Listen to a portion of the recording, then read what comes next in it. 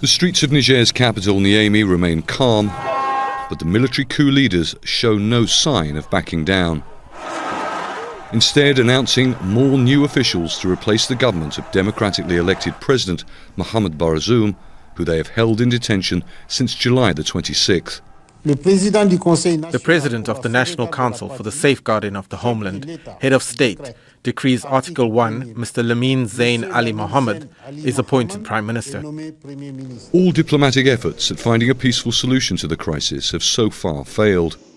In its latest response, the military junta said it had refused entry to a delegation from the African Union, the UN, and the regional bloc ECOWAS because of security concerns. This only hours after the acting US Deputy Secretary of State, Victoria Nuland, said she had held 2 hours of difficult talks with the self-appointed defence minister and had been refused access to Niger's detained leader. The US says it still remains hopeful diplomacy can work. The window of opportunity is definitely still open.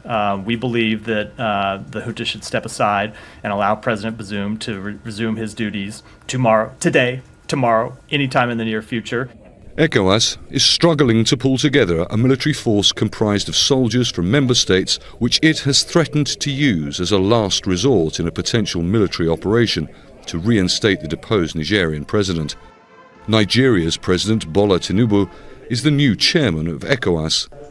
Nigeria, with by far the biggest army in the region, would be expected to take the lead in any such military operation. But President Tinubu is facing opposition from Nigerian MPs, including those in his own party, and his people, who fear the considerable risk of sparking a wider regional war.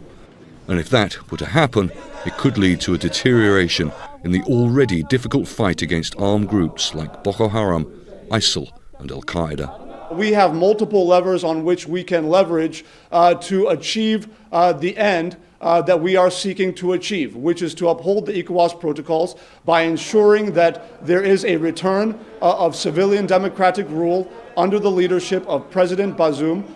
The refusal by Niger's coup leaders to allow entry into the country by a combined United Nations, African Union and ECOWAS delegation comes 2 days before a second emergency ECOWAS summit on the crisis.